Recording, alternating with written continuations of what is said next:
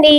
ఈరోజు lunch special బీరకాయ పాలు కర్రీ, ఎగ్ ఫ్రై. మరి మీరేం చేసుకున్నారు లంచ్‌లోకి? కామెంట్‌లో తెలపండి. బీరకాయ కర్రీ కోసం స్టవ్ ఆన్ చేసుకొని, పాన్ పెట్టుకొని, ఆయిల్ వేసుకొని, ఉల్లిపాయలు, చిన్న ఉల్లిపాయలు, కరివేపాకు వేసుకొని, ఉల్లిపాయలు వేగిన తర్వాత కట్ చేసి పెట్టుకున్న బీరకాయలు వేసుకొని, తగినంత ఉప్పు, పసుపు వేసుకొని ఒకసారి బాగా కలుపుకొని మూత పెట్టుకొని, బీరకాయ ముక్కలను వాటర్‌తో బీరకాయ ముక్కలన్నీ మెత్తగా ఉడికే వరకు ఉడికించుకోవాలి. ఇలా ఉడికిన తర్వాత ఒక 2, 3 నిమిషాలకి ఒక స్పూన్ కారం కూడా వేసుకొని ఒకసారి బాగా కలుపుకొని, జీలకర్ర, ధనియాల పొడి, కొంచెం గరం మసాలా వేసుకొని ఒకసారి బాగా కలుపుకొని మసాలాలన్నీ బాగా వేగిన తర్వాత కాగబెట్టుకున్న పాలు కూడా ఒక టీ గ్లాస్ పోసుకొని ఒక నిమిషం మూత పెట్టుకొని ఒక 2 నిమిషాలు ఉడికించుకొని స్టాప్ చేసుకొని సర్వ్ చేసుకుంటే ఎంతో టేస్టీగా బీరకాయ పాలు కర్రీ రెడీ.